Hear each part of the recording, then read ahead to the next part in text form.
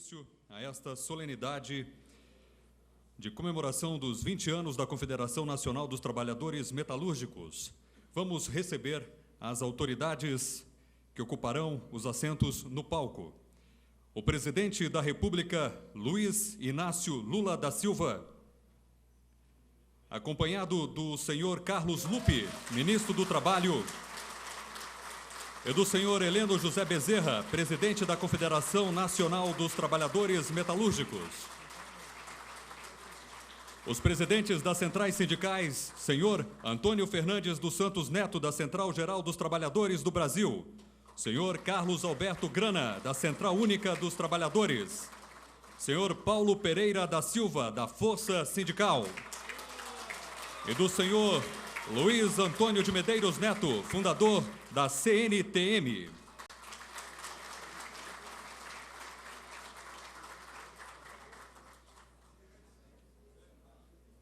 Podem se sentar, por gentileza. Dando início a esta cerimônia, ouviremos as palavras do senhor Heleno José Bezerra, presidente da Confederação Nacional dos Trabalhadores Metalúrgicos.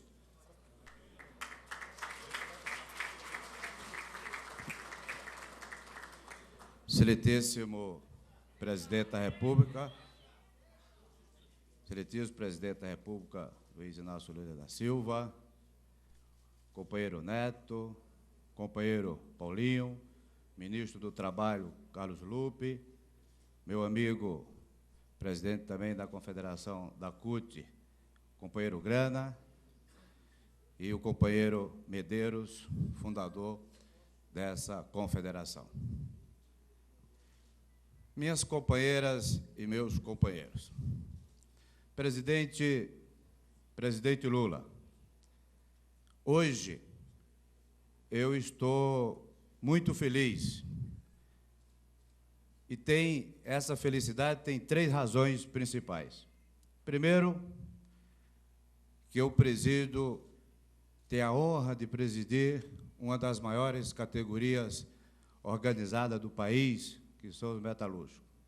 Segundo, de ter a honra, nessa comemoração de 20 anos, ter a honra da sua presença nesse aniversário.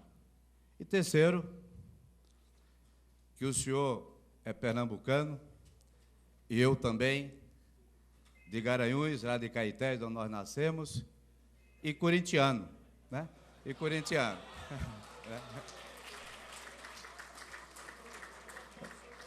Mas, presidente, quando o senhor assumiu a presidência da República, coincidentemente também eu assumi a presidência do Metalúrgico de São Paulo. E, em 2003, essa categoria era 1.300.000 metalúrgicos. Hoje, nesses 20 anos que nós estamos comemorando, depois de 5 anos de governo da Vossa Excelência, nós já ultrapassamos os 2 milhões de trabalhadores. Ou seja, nós temos 2.100.000 trabalhadores no Brasil com carteira assinada. Portanto, esse é um orgulho que nós, metalúrgicos, temos de ter um presidente metalúrgico, e hoje esse país tem outro rumo, né? Eu lembro que qualquer crise mundial, por exemplo, quando alguém espirrava nos Estados Unidos, a gente já pegava pneumonia, né? Portanto, hoje, o Brasil está crescendo economicamente, e também, quando eu comecei a militar no movimento sindical, fiz muitas passeadas no slogan Fora FMI. E hoje, nós, sindicalistas, não precisamos mais fazer esse discurso, porque durou 500 anos para um trabalhador chegar no poder, e chegou, e sem dúvida nenhuma, está sendo o melhor presidente dos últimos tempos nesse país. Esse país está sendo se desenvolvido, e essa é a razão que os trabalhadores são competentes. E o senhor sabe fazer, porque o senhor teve uma escola muito boa, que foi a escola do sindicalismo. A escola que sabe negociar, sabe ser flexível na hora que tem que ser e ser duro na hora que tem que ser. Portanto, é um orgulho para os metalúrgicos, hoje, fazendo 20 anos que essa confederação foi fundada pelo companheiro Medeiros, né? Pelo companheiro Medeiros, e hoje está completando 20 anos e tem a honra de nessa solenidade, ter o presidente da República, né? Esse Brasil é outro. E eu quero, para não me alongar muito, também fazer um pedido, presidente. Eu acho que o ano que vem, ou depois das eleições, nós precisamos começar a fazer uma discussão: quem vai ser o próximo presidente da República? Quem vai ser o seu sucessor, né? Claro, o senhor já disse que não quer terceiro mandato, mas se perguntar para o povo quer.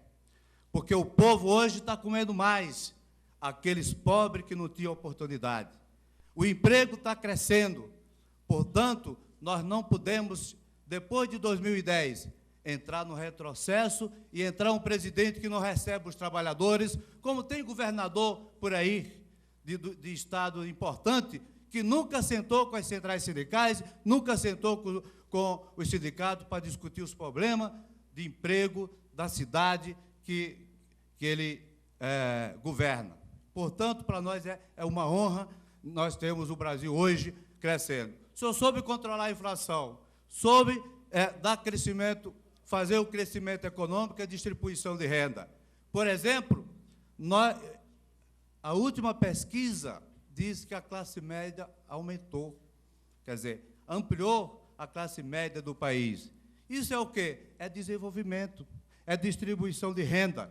Portanto, essa é uma honra para nós e, mais uma vez, quero agradecer. Então, quero agradecer aqui a diretoria da CNTM por ter me ajudado nesses 3 anos que nós estamos presidindo para dar outra filosofia a essa confederação. Quero agradecer a cada um dos diretores. Quero agradecer os 140 sindicatos que estão aqui, de todos os dirigentes de toda parte do país que estão aqui hoje nessa comemoração. Portanto, só tem uma forma dos trabalhadores avançarem, é estar unido na coletividade. Também eu quero fazer aqui uma referência ao companheiro Paulinho. Paulinho, como deputado no Congresso Nacional, ele fez uma articulação com todas as centrais sindicais e hoje as centrais sindicais estão unidas daquilo que mais interessa para os trabalhadores, que é o direito e a defesa dos trabalhadores e a defesa do emprego. Isso foi uma evolução. Nós evoluímos, a cúpula das centrais sindicais evoluíram e essa evolução está chegando nas bases. Nós temos a nossa divergência, nós temos a nossa ideologia, mas não tem ideologia para o direito do trabalhador, para defender o emprego e a dignidade do trabalhador. Isso as centrais entenderam e estão unidas nessa jornada. Então, eu quero agradecer a cada um de vocês, muito obrigado e um abraço a cada um de vocês.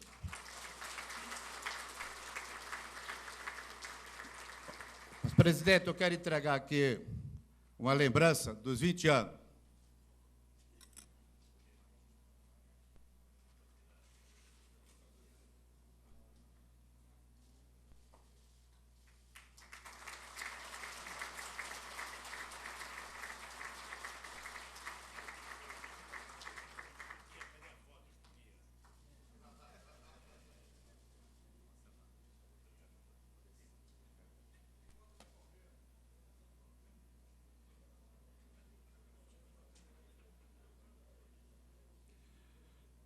Senhoras e senhores, ouviremos agora as palavras do senhor Carlos Alberto Grana, presidente da CUT.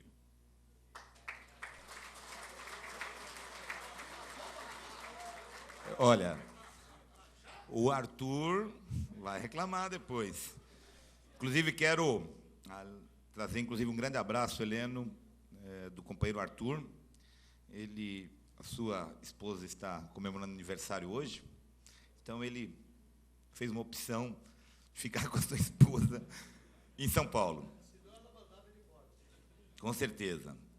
Bom, cumprimentar o excelentíssimo senhor presidente da República, senhor Luiz Inácio Lula da Silva, nosso companheiro Lula, ao companheiro Medeiros, ao ministro do Trabalho, Carlos Lupe, meu xará, ao companheiro Paulinho, grande deputado federal, defensor dos trabalhadores, ao companheiro Neto, companheiro da CGTB, ao companheiro Heleno, e para mim é um muito prazer estar aqui presente neste momento importante dos 20 anos da CNTM. Eu não posso dizer como Heleno, que tenho felicidade, porque, na verdade, eu não nasci em Pernambuco, Heleno. Eu nasci em São Bernardo do Campo. E tenho orgulho de nascer em São Bernardo do Campo, porque foi a cidade que projetou o presidente Lula. Também não posso cumprimentá-lo, porque não sou corintiano, sou santista. Que, com certeza, vai receber o bastão do Corinthians, porque vai voltar, o Corinthians volta para a primeira divisão e o Santos, pelo jeito, vai descer para a segunda. Quero cumprimentar também vários companheiros aqui presentes, cumprimentar especialmente o companheiro Martinha, presidente dos metalúrgicos de Santo André, nosso candidato a vice do Vanderlei Sirac na cidade, cumprimentar Magrão. Bom, vou parar, porque senão vou cometer muita injustiça. Tanto a CNTM, ela tem 20 anos, a CNM completou agora 15. Somos o irmão mais novo, digamos o seguinte, da Confederação dos Metalúrgicos, da Força Sindical. E acho que o que nós temos que destacar, principalmente nesse último período, além de que nós voltamos, felizmente, a crescer o emprego no setor metalúrgico, mais precisamente, ministro Lupe, são 660 mil novos metalúrgicos criados, empregos com carteira assinada, no setor metalúrgico no Brasil durante o governo Lula. No governo anterior, o saldo é menos 13 mil. Se falarmos no início dos anos 90, é um desastre. Todos nós que estamos aqui, com certeza passamos 2/3 da nossa vida sindical correndo atrás de manter emprego. A agenda que era colocada anteriormente ao governo Lula era uma agenda de redução de salário, redução de emprego, banco de horas, voluntariado, pacote, redução de direitos. E hoje, com certeza, nós vivemos um momento extraordinário. A nossa pauta é aumento real de salário. A nossa pauta é participação dos lucros e resultados, que, inclusive, em algumas empresas nós já estamos chegando, presidente Lula, a 4 salários a mais. E boa parte que está aqui presente nessa sala, do período que nós lutávamos pelo 14º salário, ou 120 horas. Hoje nós temos acordo, Paulinho, que estão chegando a 4 a 5 salários nominais dos nossos trabalhadores, graças, efetivamente, à luta, porque nós temos uma categoria e um conjunto de sindicatos no Brasil, aproximadamente 250 em todo o país de metalúrgicos, que são verdadeiramente uma referência para o movimento sindical brasileiro. É obrigação dos metalúrgicos apontar rumos e lideranças. Por isso, a nossa luta, tão sonhada, em defesa do contrato coletivo nacional de trabalho. O Heleno tem sido um parceiro incansável.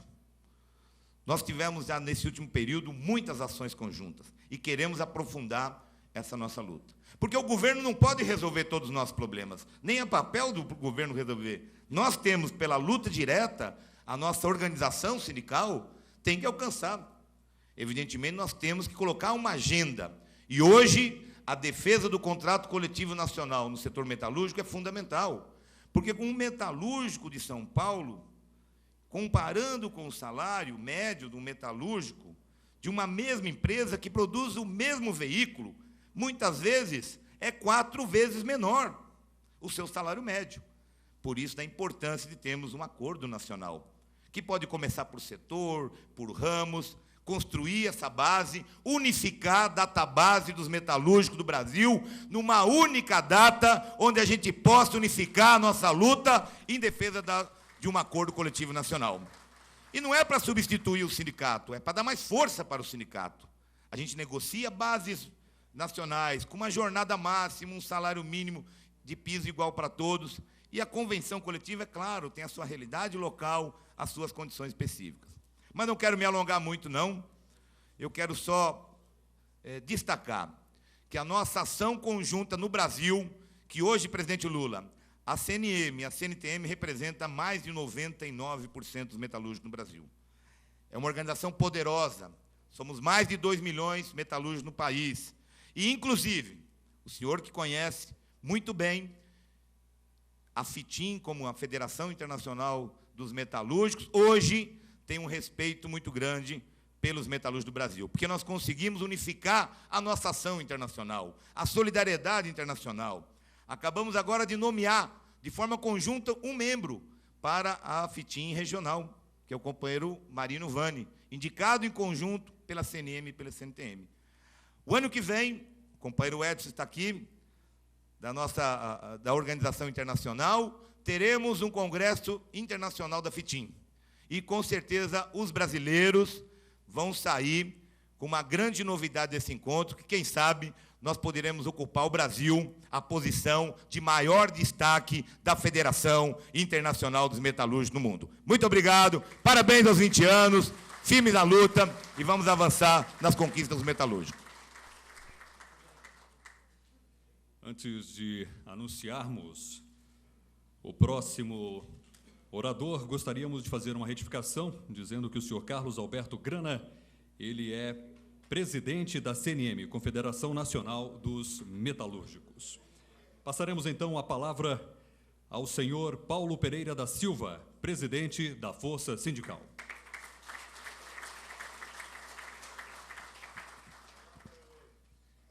Cumprimentar o presidente Lula, ministro Carlos Lupe, companheiro Medeiros, parabéns por ter criado essa confederação, Carlos Alberto Grana, companheiro Heleno, presidente da confederação, o nosso companheiro Neto, cumprimentar também a todos os companheiros e cumprimentar a diretoria da confederação em nome do nosso deputado Magrão.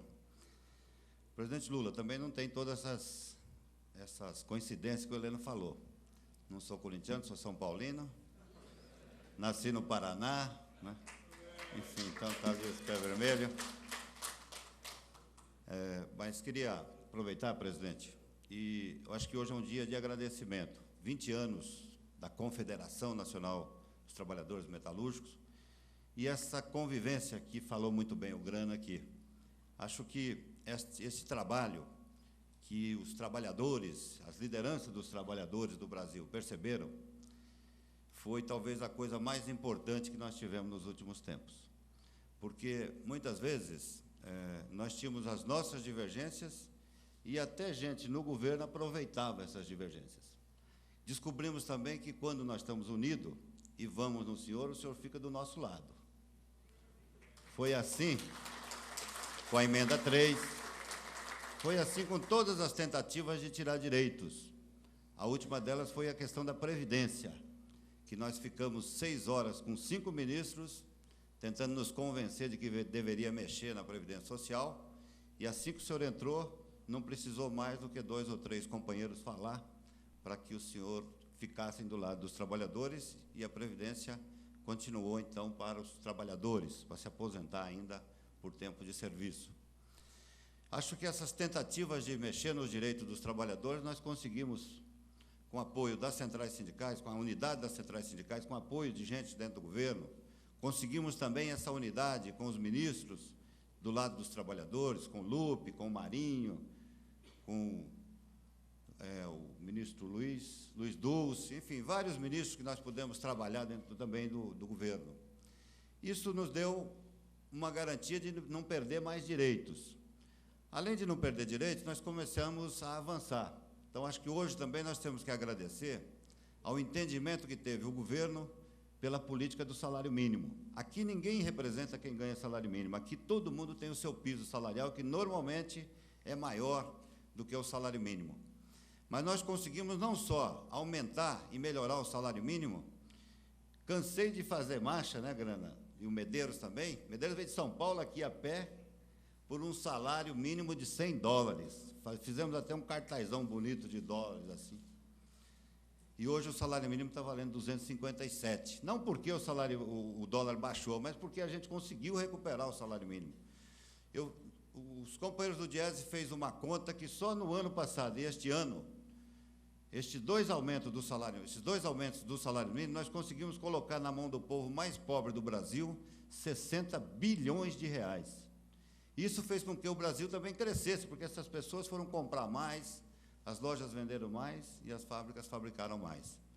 Essa engrenagem que muitas vezes a televisão colocou no final do ano, aquele multidão de gente dentro das lojas, dos shoppings, contaram o milagre, mas não contou quem fez aquele milagre. Porque a grande maioria dos acordos salariais, 97% dos acordos salariais tiveram aumento real. E isso não tem lei salarial, foi cada um desses companheiros que foram para as bases para fazer aumento de salário. Então, nós temos dado a nossa contribuição para o Brasil crescer. Acho, presidente, que não foi só isso. Nós conseguimos corrigir a tabela do imposto de renda, regulamentar, né, Mota? Trabalho do comércio aos domingos, Mota e o nosso companheiro Janta, que está aqui, que ajudaram muito nessa construção daquela medida provisória.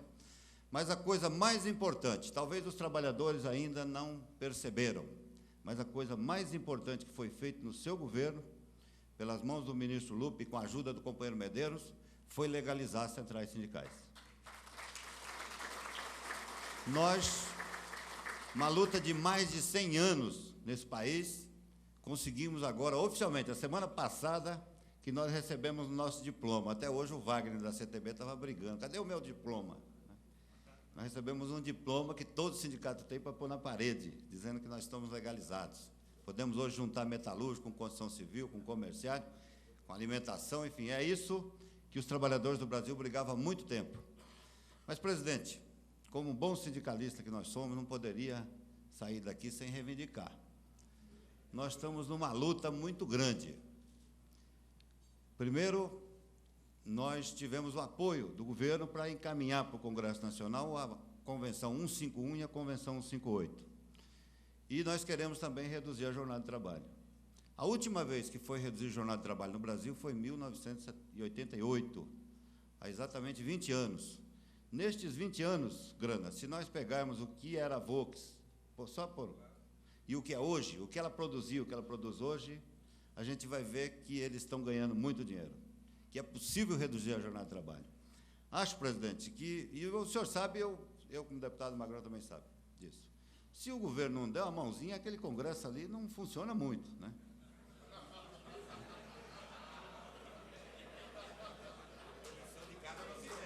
Então,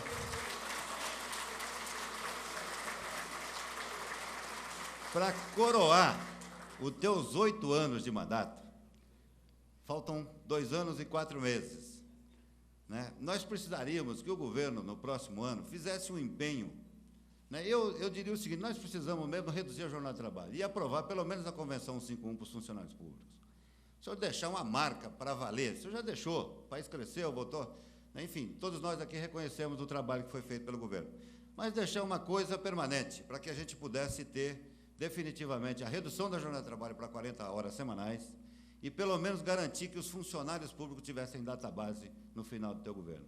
Essas duas questões que eu quero deixar para que no próximo ano as centrais sindicais que começam a organizar a próxima marcha do final do ano, aquela marcha histórica nossa, que nós já, presidente, nós tínhamos uma bandeirona grande que a gente colocava, deixava atrás, que era para aqueles que brigassem, a gente enfiava embaixo da bandeira.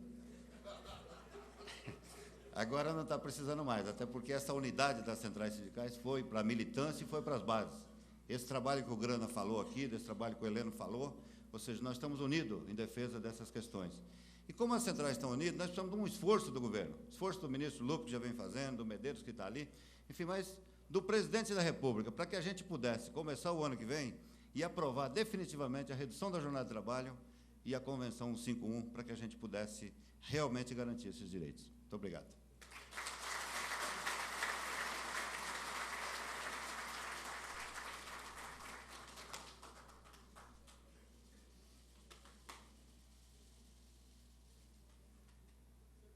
Senhoras e senhores, a seguir fará uso da palavra o senhor Carlos Lupe, ministro do Trabalho.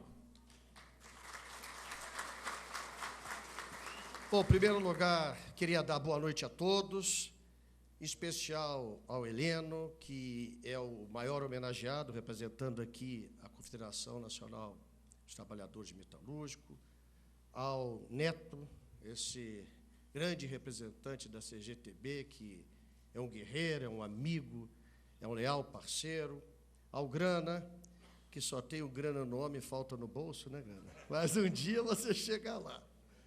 Ao amigo, irmão Medeiros, que é um instrumento da luta da classe trabalhadora, um homem honrado, sério, trabalhador, que eu tenho o privilégio de ter ao meu lado do Ministério, sendo a principal vanguarda na luta dos trabalhadores, da sua organização.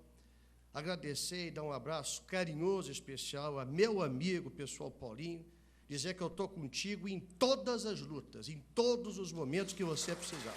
Viu?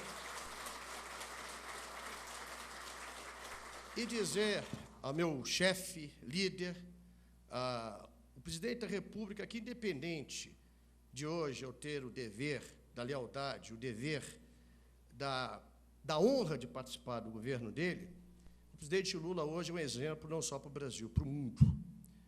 Hoje, o presidente Lula tem a noção, porque ele é um homem experimentado, vivido, sofrido, um homem que veio dos grotões do Brasil.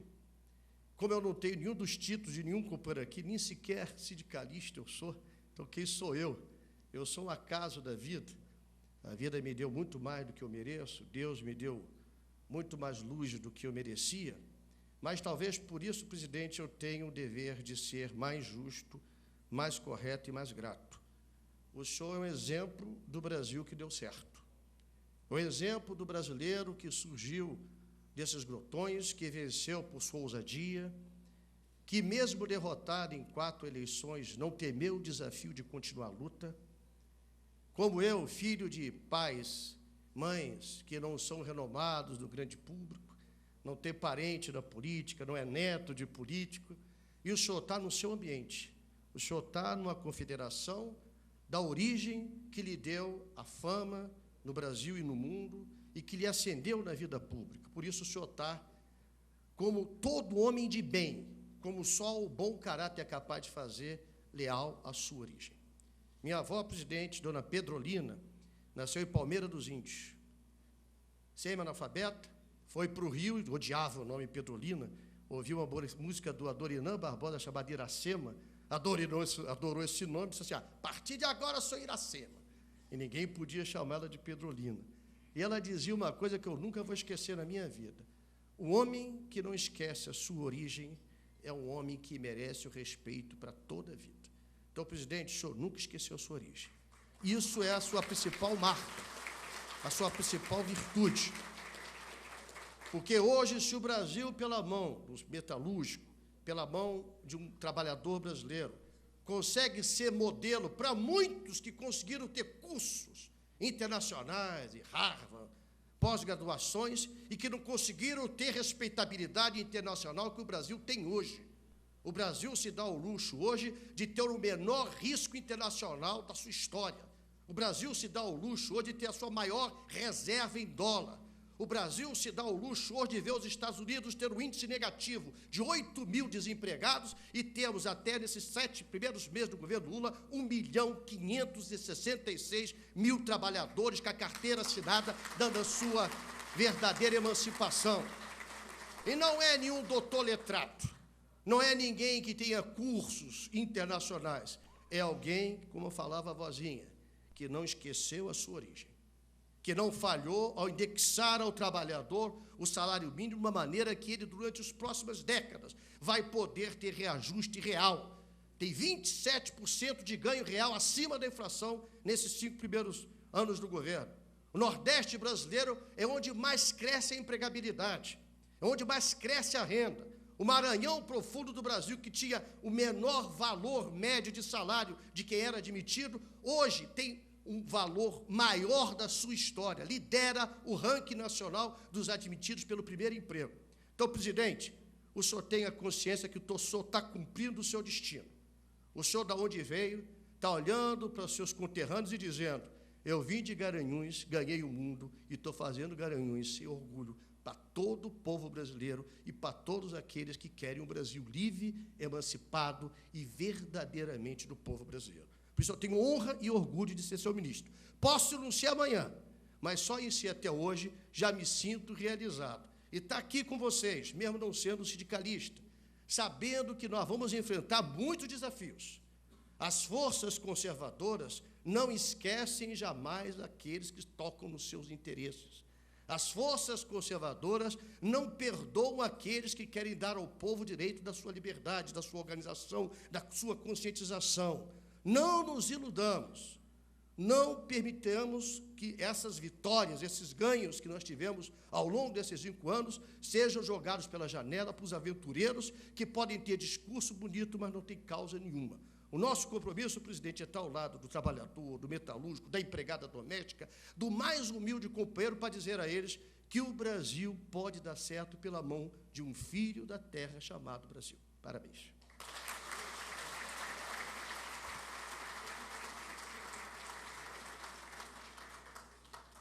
Senhoras e senhores, ouviremos as palavras do excelentíssimo senhor presidente da República, Luiz Inácio Lula da Silva. Meu querido companheiro Lupe, ministro do Trabalho e Emprego, meu caro companheiro deputado Magrão, presidente da Federação dos Metalúrgicos de São Paulo, meu caro companheiro Heleno, presidente da Confederação Nacional dos Trabalhadores Metalúrgicos, meu caro companheiro Antônio Fernando dos Santos Neto, da Central Geral dos Trabalhadores no Brasil, meu caro companheiro Grana, presidente da Confederação Nacional dos Metalúrgicos da CUT, meu caro companheiro Paulo Pereira, da Força Sindical e deputado federal, meu caro companheiro Medeiros, meus caros companheiros e companheiras dirigentes sindicais, meu caro Argrives, ex-ministro do governo Itamar Franco, meu companheiro, estou vendo aqui o Jorge Norma Neto, para os mineiros o tempo não passa. Estou vendo aqui companheiros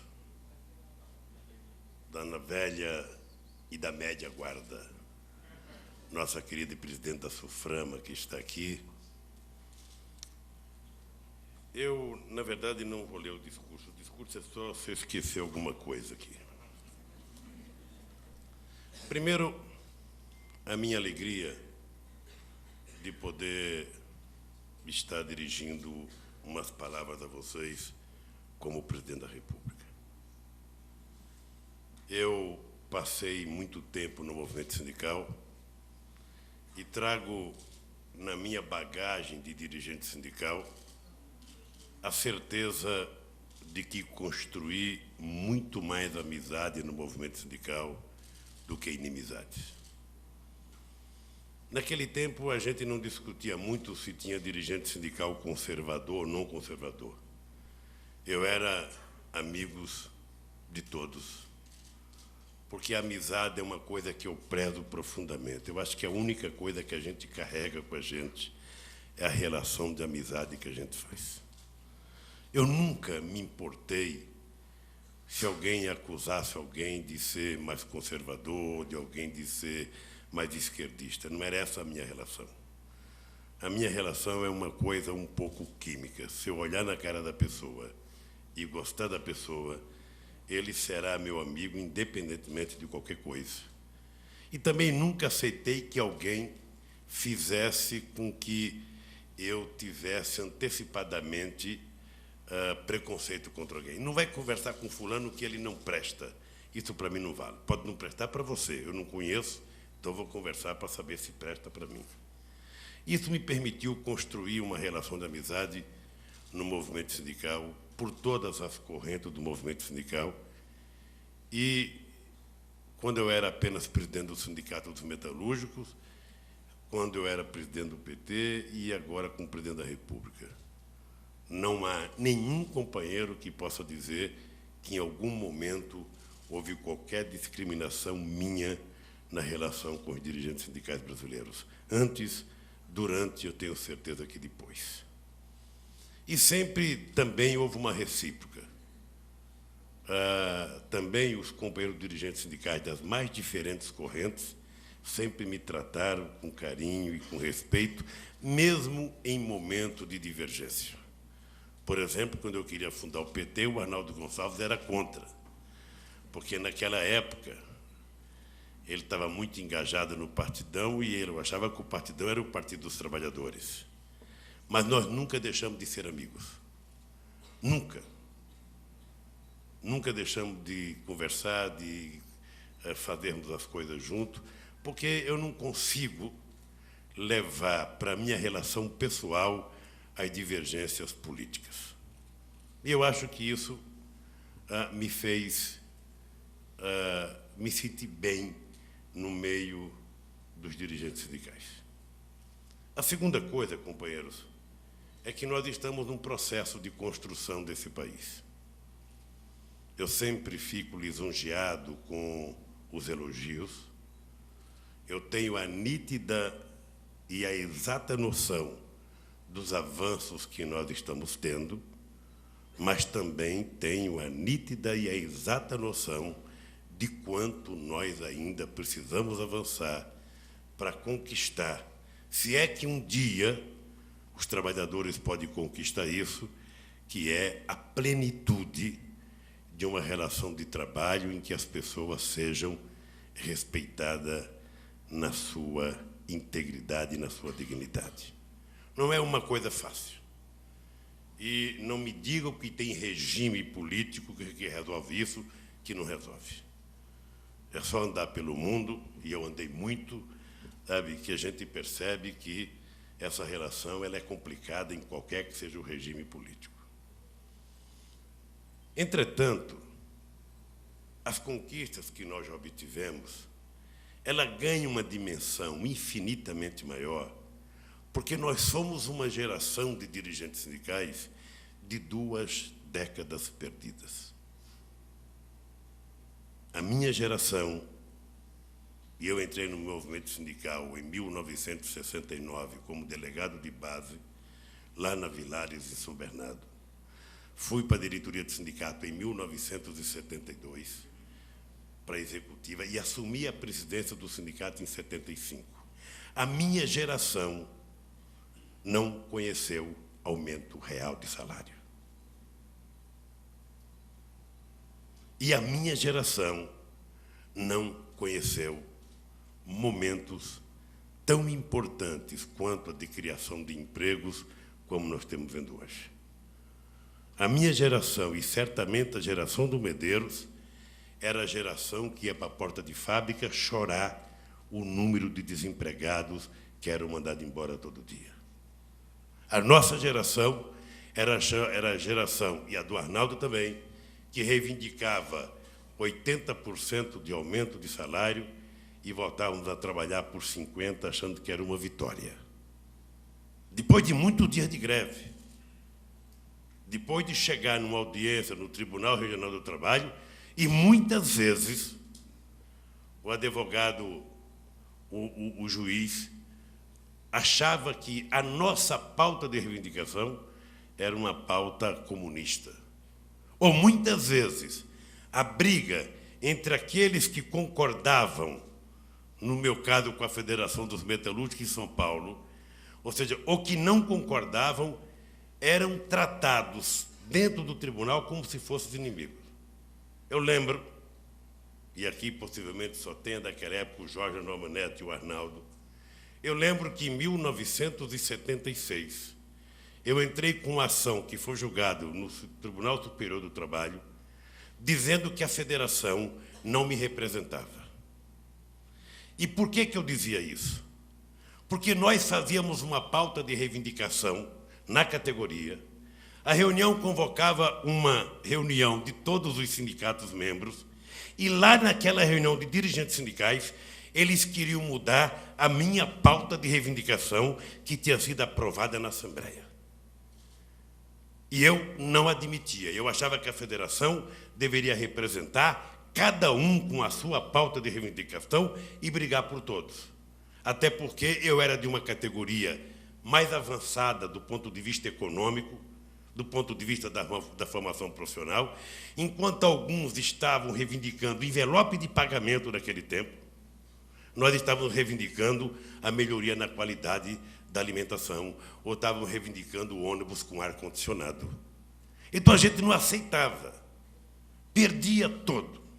Quem não lembra aqui do nosso saudoso amigo, que eu tive tanta divergência, mas também tinha muito carinho, advogado Sebastião de Paula Coelho, que muitas vezes ficava na briga do lado da federação e eu contratava o Almir Pazianotto, que tinha sido mandado embora da federação porque tinha sido advogado do Marcelo Gato, que era tido como comunista no Sindicato de Santos. E eu convocava, o Almir era o meu advogado, o Coelho era o advogado da federação. E eu lembro que nós íamos ganhar aqui. Uma coisa simples, Jorginho. Aqui diz o seguinte: quem representa os trabalhadores é o sindicato.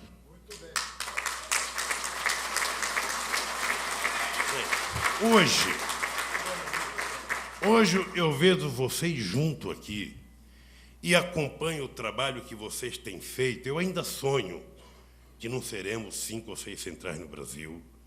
Eu ainda sonho que nós vamos diminuir, mas isso também não tem decreto-lei, nem portaria, nem medida provisória. Isso é um processo. É um processo de aprendizado. É um processo de amadurecimento da consciência política do povo que vai levando a gente, sabe, para entender que nós estamos no mesmo barco e se ele afundar, não há quem escape sozinho. Então, essas coisas do passado que eu e outros companheiros vivemos, é possível contar ainda hoje, e em muitos lugares ela ainda persiste. E o Paulinho disse uma coisa importante, ou seja, às vezes nós fazemos reunião dentro do Palácio do Planalto, e se você tem muitas centrais e elas não se entendem, fica muito difícil você querer que o presidente da República opte por uma. A questão dos trabalhadores rurais, se a CONTAG, a FETRAF e o Sem Terra não se entenderem, não sou eu que vou fazer a opção para tomar uma atitude e beneficiar uma contra a outra. Eles que se entendam e que me tragam uma proposta unificada para que a gente possa bancar. A questão do Estatuto da Igualdade Racial, que está para votar no Congresso Nacional, eu disse na Conferência Nacional da Igualdade Racial que não adianta ficar 3 ou 4 correntes do movimento negro, cada uma achando que a sua tese é a verdadeira, porque nem o Congresso votará e nem eu tomarei partido. Ou eles se juntam, aprendem a conversar, conciliam e escolhem uma coisa que possa unificá-los, e aí facilita para ser aprovado na Câmara, facilita para o governo apoiar, ou vão ficar sem o Estatuto. E eu penso que vocês aprenderam rapidamente. Aprenderam muito rapidamente de que, sabe, juntos nós seremos infinitamente mais fortes. Divididos, qualquer um tira proveito da divisão para fragilizar o movimento sindical no Brasil e em qualquer lugar do mundo. Terceira coisa, meus companheiros, Heleno, não existe a prática de governantes receberem dirigentes sindicais no mundo. Eu participei do G8 agora, e participo todo ano agora, porque o Brasil ficou chique participar do G8, mas você pega aqueles presidentes, nenhum deles nunca se reuniu com os dirigentes sindicais do seu país. Eu me reúno mais com os dirigentes sindicais deles do que eles. Por exemplo, se vocês perguntarem se o presidente Bush já recebeu uma vez os dirigentes sindicais, ele nunca recebeu. E eu, toda vez que vou a Nova York, me reúno com o sindicalismo americano. Com os franceses a mesma coisa, com os italianos a mesma coisa, com os alemães a mesma coisa, porque foi uma relação construída ao longo de 30 anos. E isso, eu lembro que a Confederação Nacional dos Trabalhadores da África do Sul pediu para ter uma reunião comigo, para se queixar que o presidente da África do Sul não conversava com eles. Então, eu fui lá pedir para o presidente Mobeck, que é meu companheiro, receber acossado, sabe, que os companheiros só querem ajudar. Porque qual é o problema de um dirigente político que assume um cargo importante? É que aquilo que antigamente parecia suave aos teus ouvidos, fazendo crítica a quem estava no governo, passa a ser ofensivo quando você é o governo. Ou seja, as mesmas palavras que soam nos teus ouvidos quando é você que está falando, soa diferente quando é você que está ouvindo. E eu sempre disse para os dirigentes sindicais, sempre disse, não tenham medo de reivindicar coisa para mim. Porque tem duas coisas, ou você pode dar, ou você pode não dar. Ou você pode negociar, ou não pode negociar. E eu me comporto aqui como eu tenho certeza que a maioria de vocês se porta dentro do sindicato. Não adianta vocês quererem que eu dê mais do que eu possa dar, porque cada um de vocês é um pequeno governo dentro do sindicato de vocês, e às vezes os funcionários não estão ganhando tão bem quanto vocês pensam que ganham. Não estão ganhando tão bem. E muitas vezes vocês não podem dar para os funcionários de vocês, sabe, o que vocês acham que eu posso dar. Como eu vivo essa realidade na carne e essa coisa permeia o meu sangue, eu não tenho nenhum problema, sabe, de fazer com que qualquer companheiro faça qualquer reivindicação a qualquer hora. Primeiro, porque não existe reivindicação proibida. Segundo, porque não existe reivindicação que não possa ser atendida total ou parcialmente. Terceiro, se não tiver para atender, nós temos que dizer que não dá para atender, porque nós também temos limite. Nós, como seres humanos, nós como administradores, e todo mundo tem limite. Pode dar ou não pode dar. Então, essa é uma relação que eu quero manter com o movimento sindical com a mais alta cordialidade. Eu posso não ser muita coisa quando deixar a presidência, mas certamente eu serei o presidente da República que passou para a história que mais teve relação com o movimento sindical, sem perguntar a que central que ele pertencia, a que time que ele torcia, a que partido era afiliado, ou se ele tinha votado em mim ou não. Nunca perguntei e nunca vou perguntar. Vocês são tratados... Vocês serão sempre tratados com a deferência que a representatividade de vocês merece que eu os trate. O dia que não merecer, com a mesma franqueza, eu direi para vocês. Não tenho dúvida disso. O que eu acho importante nesse momento que nós estamos vivendo? Falar de números de melhoria da situação do salário mínimo, da quantidade de empregos, seria repetir o que todos vocês têm discutido nas assembleias, têm publicado nos jornais de vocês. Mas é importante a gente pensar um pouco o que está previsto para nós nos próximos anos. Certamente os companheiros que participam do Conselho de Desenvolvimento Econômico, dia 28, nós vamos fazer um debate sobre a fotografia que nós queremos para esse país até 2012 ou até os próximos anos. Vocês sabem que durante os últimos 23 anos nós tivemos momentos de muitos dissabores no movimento operário desse país e nos deserdados desse país. Muitos. Eu diria que os prejuízos foram incontáveis. Eu diria mais. Eu diria que esses milhões de jovens que estavam deserdados esses dias e que a gente muitas vezes vê um jovem sendo preso com 20 anos de idade e a gente sentado no sofá assistindo, já chama-o de pronto de ladrão, achando que ele é culpado de ser daquele jeito, sem levar em conta que essa molecada que caiu na criminalidade é o resultado da irresponsabilidade do que eles foram vítima na sua infância, na sua adolescência e depois que ficaram adultos. Porque as políticas econômicas que geraram desemprego, que geraram inflação de 80% ao mês, que jogou milhões de jovens no desemprego, ninguém é culpado. O culpado é a vítima. E eu tenho uma definição Por isso criamos o PAC. E uma notícia boa, Lupe, eu recebi ontem do ministro Pimentel. De 2.600.000 trabalhadores de carteira assinada em 2006 e numa parte de 2007, de 2 milhões de trabalhadores, 21% são jovens até 19 anos. E pasmem, que coisa importante, 42% são de jovens de 50 a 69 anos. 42%. Então veja que está havendo uma combinação, eu diria quase que perfeita. Porque eu também sou da geração, no movimento sindical, em que a gente dizia sempre: o coitado com 40 anos já é considerado velho, o coitado com 50 anos não arruma mais emprego. Nós somos dessa geração. E por que as empresas estão contratando hoje? Porque como o país passou 20 anos só desempregando, e agora ele já está há alguns anos só contratando, falta mão de obra qualificada. E o que as empresas estão fazendo?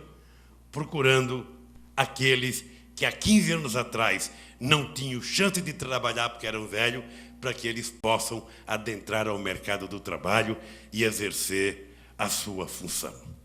Esse é um dado, para mim, extraordinário. Porque significa que quando a economia cresce, e ela cresce em todos os setores da sociedade de uma única vez, seja na construção civil, seja no setor têxtil, seja no comércio, seja na metalurgia, ou seja, você começa a dar chance a todas as pessoas e a todos os segmentos. Então, de vez em quando, aparece um empresário e fala: presidente, está faltando engenheiro, está faltando engenheiro mecânico, está faltando engenheiro civil, está faltando azulejista, está fazendo não sei das coisas. Eu falo: esse é um bom problema.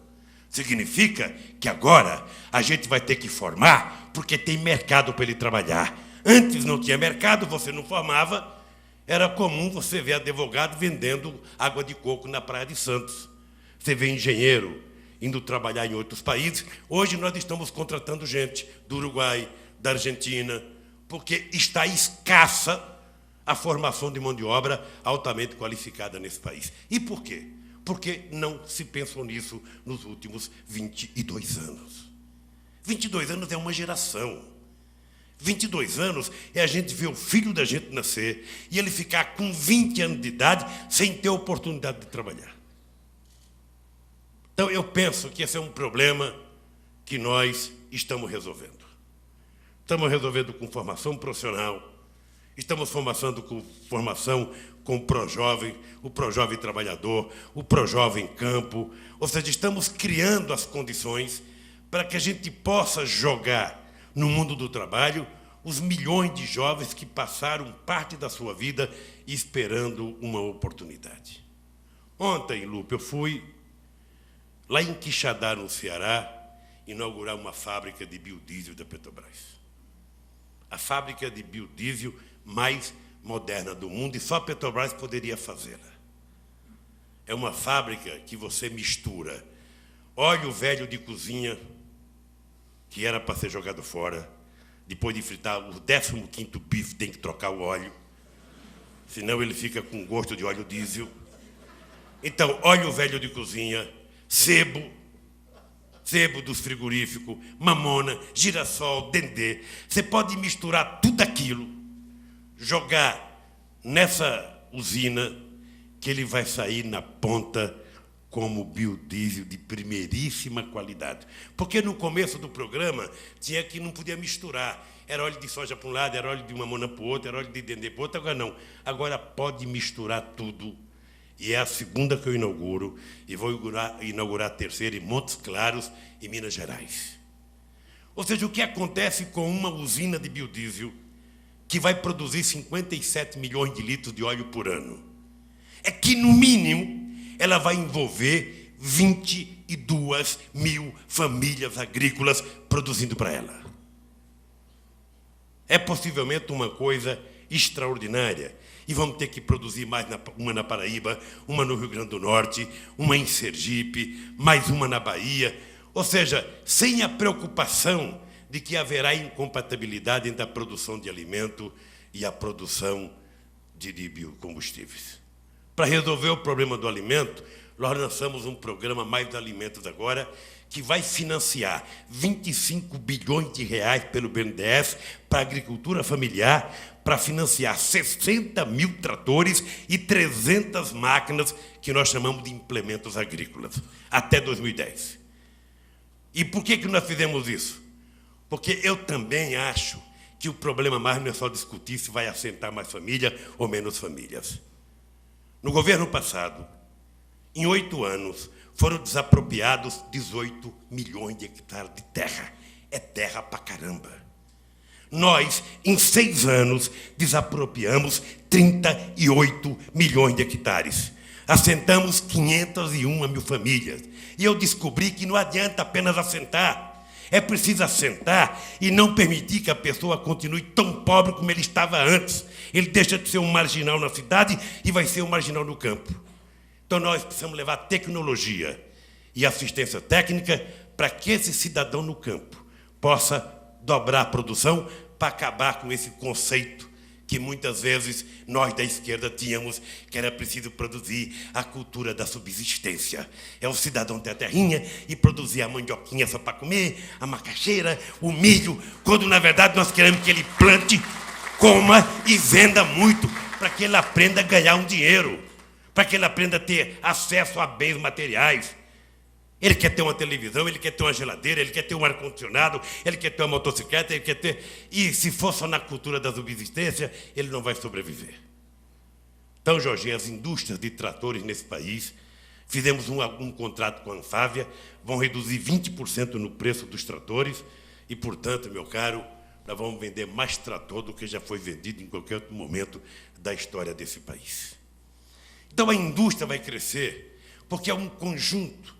Vocês estão lembrados do que acontecia na construção civil nesse país? Acho que tem alguém da construção civil aqui, porque está acontecendo uma revolução neste país. Eu duvido que algum de vocês já tenha visto a quantidade de obras na cidade que vocês moram, que vocês estão vendo nesses últimos anos. E vão ver o ano que vem, quando o PAC estiver sendo implantado na sua totalidade. Hoje, nós temos, Paulinho, obras em todas as capitais brasileiras e temos obras em 5.200 dos quase 5.600 municípios brasileiros. Obra financiada com dinheiro do governo federal. Porque o Estado adquiriu essa possibilidade de fazer o investimento. Possivelmente os outros não tiveram a mesma sorte que eu tive, porque o FMI andava com uma espada na cabeça de todo mundo. Era o FMI que dizia que política monetária tinha que fazer. Eu fui agora no Congo. O presidente do Congo queria fazer uma estrada. O FMI foi lá e não deixou, porque tem medo que, se ele gastar dinheiro na estrada, não vai sobrar dinheiro para garantir o pagamento da dívida. Graças a Deus, por ajuda de vocês e do povo brasileiro, nós não precisamos dar um grito. Mandamos o FMI embora e hoje temos 205 bilhões de dólares de reserva nesse país.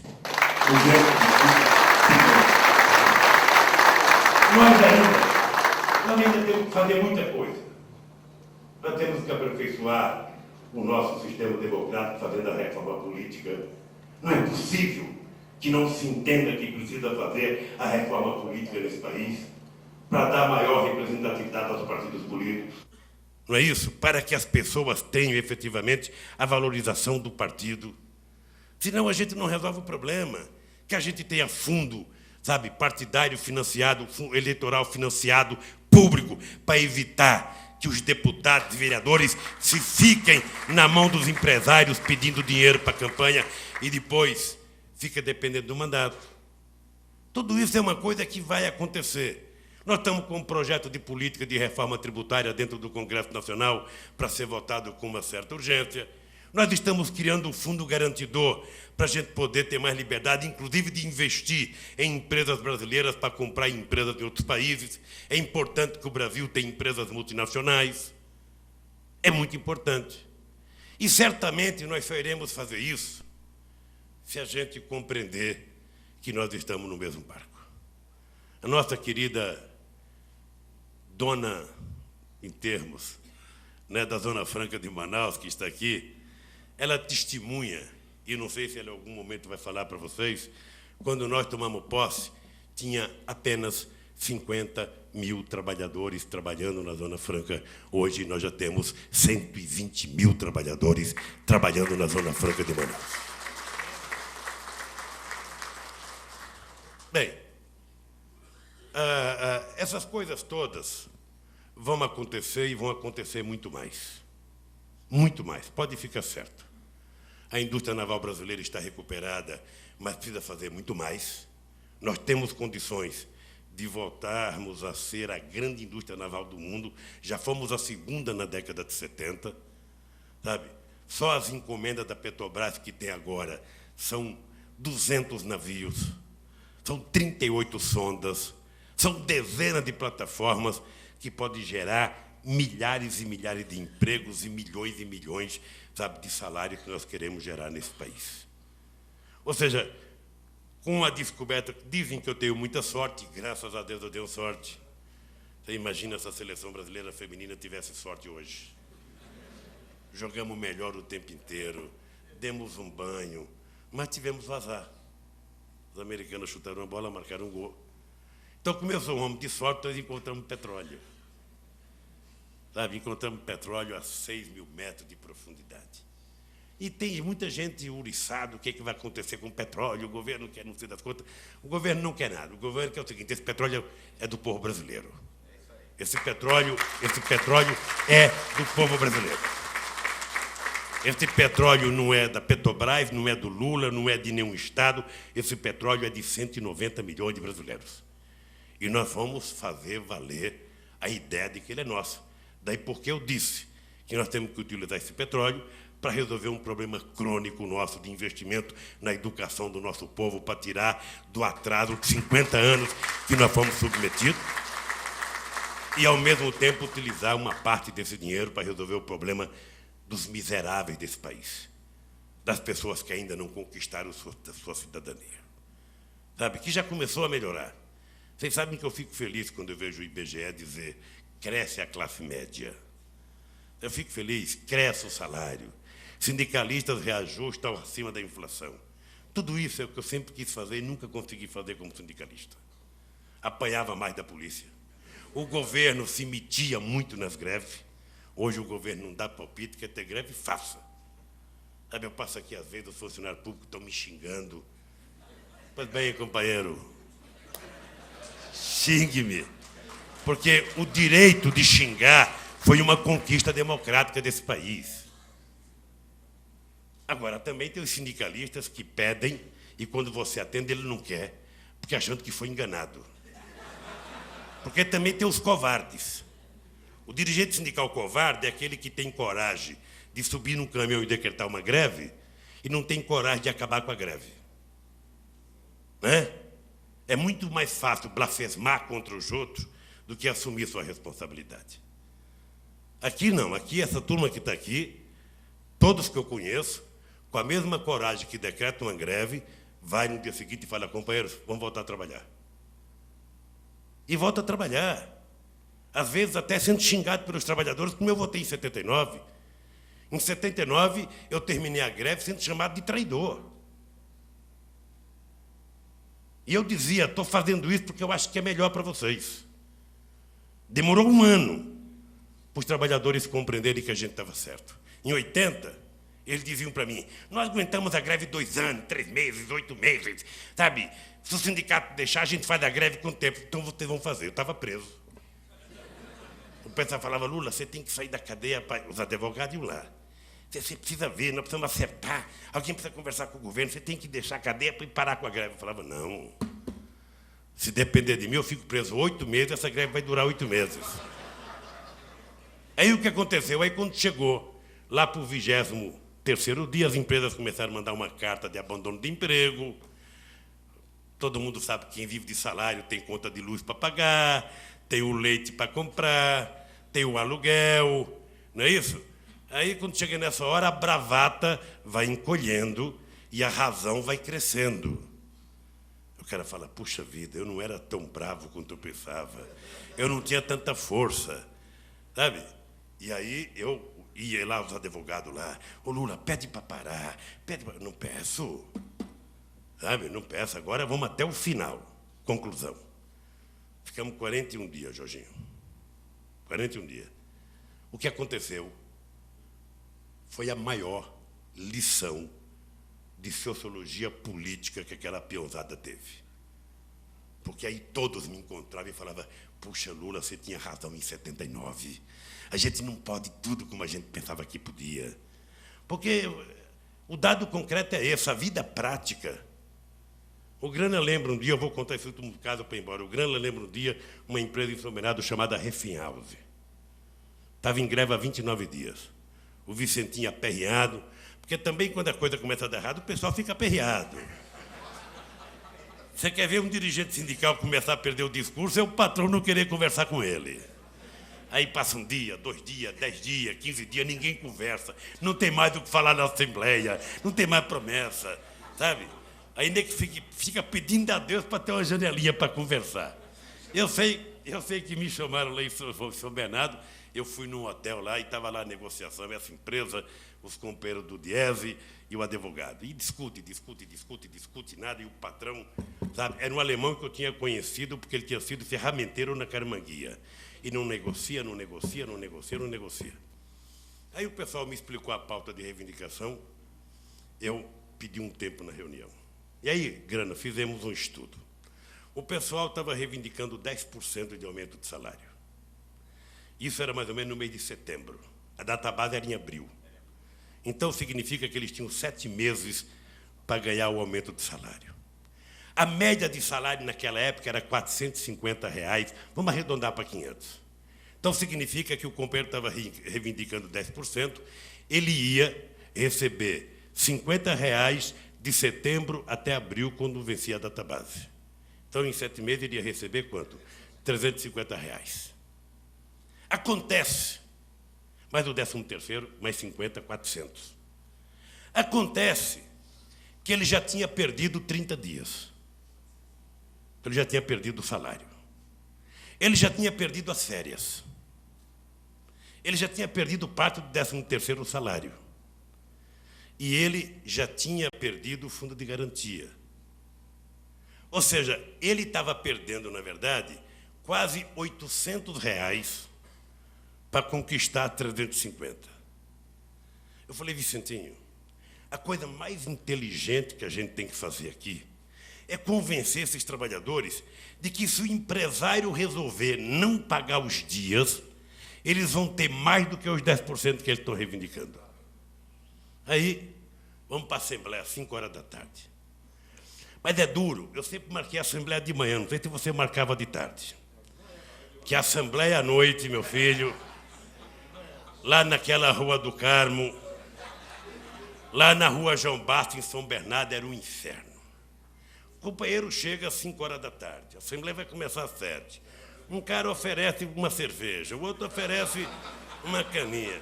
E aí os companheiros vão esquentando o clima. E aí, meu caro, quando você chega na Assembleia, está todo mundo, sabe? Todo mundo, Guevara perto deles não é nada. Bem, aí eu fui 5 horas da tarde. Aí, com todo cuidado, falei, Vicentinho, tem que ir com cuidado comunicar aí o pessoal tudo. Quando o Vicentinho abriu a boca para dizer, companheiros, nós estamos pensando, não sei das quantas. A peãozada, não. Aqui não vai ter traição, não, e não pode. Falei, Vicentinho, vamos suspender isso. E amanhã, 7 horas da manhã, a gente vem aqui. Então, fomos lá, levamos um quadro negro. Podia ser um quadro branco, se tivesse giz negro. Mas levamos um quadro negro e fomos lá, companheiros. Nós vamos pegar um de vocês como exemplo aqui. Medeiros, vem aqui na frente. Quanto é que você está reivindicando? Tanto. Quanto é que você ganha? Tanto. Então você vai ter 10% de aumento, vai significar tanto. Significa que você vai ganhar tanto até setembro. Ele concordava. Aí colocava assim no quadro negro de um lado. Agora vamos ver o outro lado. Você está 29 dias de greve? Tô. Você sabe que você já perdeu 30 dias? Sei. Quanto é que é 30 dias? O teu salário. Você sabe que você já perdeu o 13º? Sabe? Não, já perdeu. Você sabe que você já perdeu nas férias? Não, colocava lá. Aí somava. Você sabe que já perdeu o dobro do que você está reivindicando? Então, companheiro, a sugestão de bom senso, eu não sou dirigente sindical, estou afastado do sindicato, mas eu vim aqui dizer para vocês, pelo amor de Deus, gente, pelo amor de Deus, a grande conquista de vocês é voltar a trabalhar. E o empresário não descontar fundo de garantia, não descontar férias, pagar os dias parados, vocês vão ganhar o dobro do que vocês estão reivindicando. Aí, todo mundo concordou. E tinha uma reivindicação. O patrão não podia mais ser chamado de nazista, que era o que ele chamava o patrão. Aí, falei, vocês têm que assumir esse compromisso. Aí, fizemos o acordo, festa, todo mundo compreendeu. Dia seguinte, me liga o patrão. Está suspenso o aumento, está suspenso o acordo, Lula. Por quê? Porque eu cheguei aqui com uma faixa me chamando de agente do nazismo. Toca votar na porta de fábrica e negociar. Eu estou contando esse caso porque vocês já passaram por isso. Já passamos por isso. Eu tive no meu sindicato um momento em que a gente recusou um acordo de 14%, fizemos uma greve de 15 dias, e depois de 15 dias, aceitamos os 14% e a peãozada gastou tudo pagando cerveja para nós. Tal era a alegria. Então, eu penso que essa habilidade, acho que o movimento sindical hoje, de vez em quando eu vejo notícia, o movimento sindical no tempo do Lula era mais forte, não é verdade. O movimento sindical naquele tempo era outro tipo, porque a gente trabalhava muito com a emoção. A gente não tinha muita organização, era muito mais emoção, era muito mais enfrentamento político na porta de fábrica. Hoje não. Hoje você vai em sindicato pelo país, está tão organizado que não precisa nem convocar a Assembleia para decretar greve. A comissão de fábrica decreta greve. Eu ficava um mês me esgoelando na porta de fábrica, xingando todo mundo. E depois que você xinga é difícil, porque você vai conversar, o cara fala, não, você me xingou. Então, eu penso que vocês tiveram uma evolução extraordinária. Hoje vocês vivem num mundo muito mais fácil para fazer sindicalismo, com um agravante. Eu comecei dizendo que a minha geração não tinha tido nenhuma conquista de aumento de salário. Nenhuma conquista. E vocês pertencem à geração que vocês já conquistaram e podem conquistar muito mais, porque também não existe na história do sindicalismo universal momentos de crise em que o trabalhador ganha. Momento de crise, o trabalhador coloca o rabinho no meio das pernas e fica pedindo a Deus para não ser mandado embora. A hora de brigar é essa. A economia está crescendo, as empresas estão crescendo, essa é a hora de brigar. Essa é a hora de reivindicar. Eu disse, Paulinho, eu disse naquele encontro com os dirigentes sindicais, não me peçam para fazer a medida provisória reduzindo a jornada de trabalho. Pedi para vocês. Essas coisas também é importante aprender a conquistar, porque é importante politizar a sociedade. Então, eu acho que os dirigentes sindicais devem estar fazendo isso já. Na porta de fábrica, tem que pegar a assinatura e fazer um projeto de lei de iniciativa popular e dar entrada no Congresso Nacional. Porque depois esses próprios trabalhadores que assinaram, eles se sentem moralmente comprometidos a vir no Congresso Nacional conversar com os deputados. Pedir para os deputados. E, para terminar, dizer para vocês o seguinte, eu estou convencido que nós vamos avançar mais e muito mais nesses 2 anos.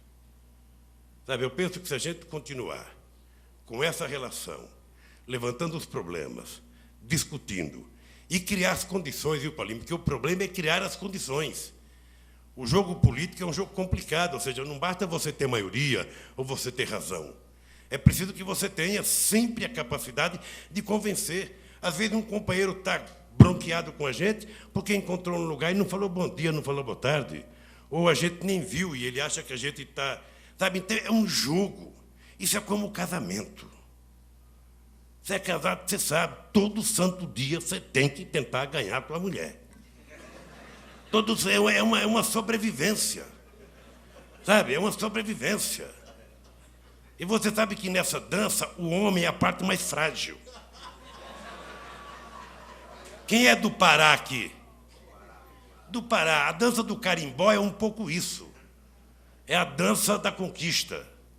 Então, eu penso que se a gente continuar fazendo essa dança harmoniosa, sem submissão, harmoniosa, mas com autonomia, que eu acho que vocês têm que ter, e não abram mão dela, jamais vou pedir, em nome da minha amizade com algum de vocês, para vocês não reivindiquem isso, porque vai prejudicar o governo. Não vou. Mas sim, quando for necessário, eu vou argumentar da inconveniência ou não do gesto. Se a gente fizer isso, a chance de nós evoluirmos é muito grande. E se Deus quiser, Paulinho, se Deus quiser, Heleno, Grana e companheiros, nós temos que preparar a caminhada para 2010, no momento certo de 2010. Eu estou convencido, tenho dito isso, estou convencido, estou muito quieto, mas estou convencido que nós temos condições de fazer a nossa sucessão. Em nome de tudo que nós já fizemos e em nome de tudo que nós vamos fazer até 2010. Vai acontecer muito mais coisa e, portanto, vai haver muito mais melhoria na vida do povo trabalhador desse país. Meu caro companheiro Heleno, eu quero, Heleno, te dar os parabéns pelo encontro. Companheiro Juruna, que insistiu para que eu tivesse aqui presente, para me arrumar uma agenda, e quero agradecer a cada um de vocês. Dizer para vocês o seguinte: nós temos muito trabalho pela frente. A diversidade está aí na nossa porta. As coisas não acontecem com facilidade.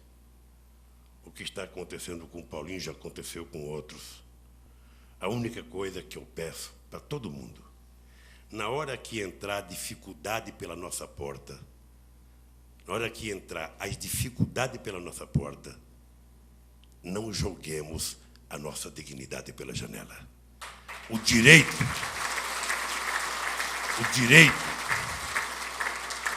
de andar de cabeça erguida é uma coisa que não tem preço.